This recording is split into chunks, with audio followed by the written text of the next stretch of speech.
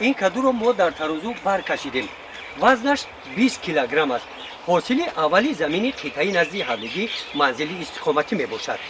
این محصولات سبزیجاتی باشد حاصل چهارم این زمین است. از فربهی زمین لخوی توپ آن همه خیل این محصولات عضوخواری سبزیده روی هم خوابیده زمین را پوشانیدند. اولای عظیموف از دهه توگرک دهاتی توگرک آن همین طور از مساحت 4 ساتیخ از کشت چهارم زمین به قدر 400 سنتیمتر از این نمود محصولات حاصل برداشتنی هستند.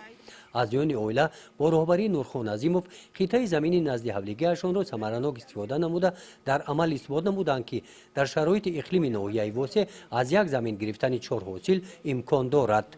گرچند که همین زمین کم که باشه 4 ساتیخ قریب 1.5-2 تن ترب در نمیجا موجود است.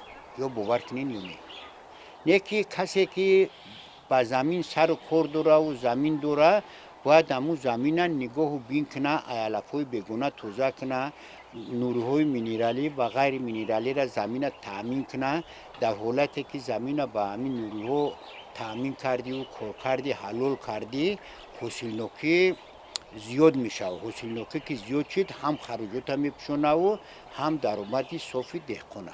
در دهات توگرک ناحیه واسع اولای عظیم و شغلشان دهقانی میباشند. منبع اساسی درآمد اویلا از حاصل زمین است. با استفاده ثمرناک قطعه زمین نزد حملگی با پیشنهاد مقامات اجرایی حکومت دولتی ناحیه در مساحت 1 هکتار کوپراتیو تجارتی به نام خورشید را تشکیل نمودند. در سمت استحصال سبزیجات و کشت محصولات آبچکاری فعالیت این خوجگی همچون خوجگی نمونوی برای دیگر خوجگیداران منبع تجربه آموزی اعتراف شده است. ما برای اون که زمستون دا با محصولات بزرگ تامین کنیم پیشکی قریب 25-30 سوتیخ دا زیادتر ترب زیلین خواهی همه نمودای همی چی و سبزیجات کردگیم فرض کنیم گشنیج، اکروب، پیاز، ترب همی چیزو وقت شخطی 10 روز پس 20 روز پس تو سالوی نو بعد اودم زیادتر ما محصولات پیشکش خریداران میکنیم. یه چیزی که در اینجا دیده استوده این امسال ما 30 سوتیخ زمین در ترب دارم. ترب تو ماهی مثال اپریل فوریه ما برده ترب پیشکش خریداران میکنم. بغیر این 25-30 سوتیخ دیگه در گشنیج و اکروپ و پیاز و دیگر نمودای سبزیجات دارم. یورم پیشکش خریداران میکنم. مقصد ما ایامی عبارت است که در بازار نرخ همی محصولات کشاورزی را پس کردن. در کوپراتیو تجارتی خورشید تیراما از یون خوجگی کارشون بسیار است.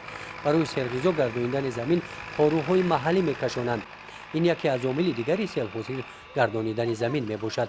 با استفاده قاعده‌های اگرotechniکی چگل نموده برای کشت بروقتی کارتوشکا زمین را آماده میسازند. گزارش خوجا نظریف خدای نظر ظهوروف از ناحیه واسع برای برنامه اطلاعاتی نوید.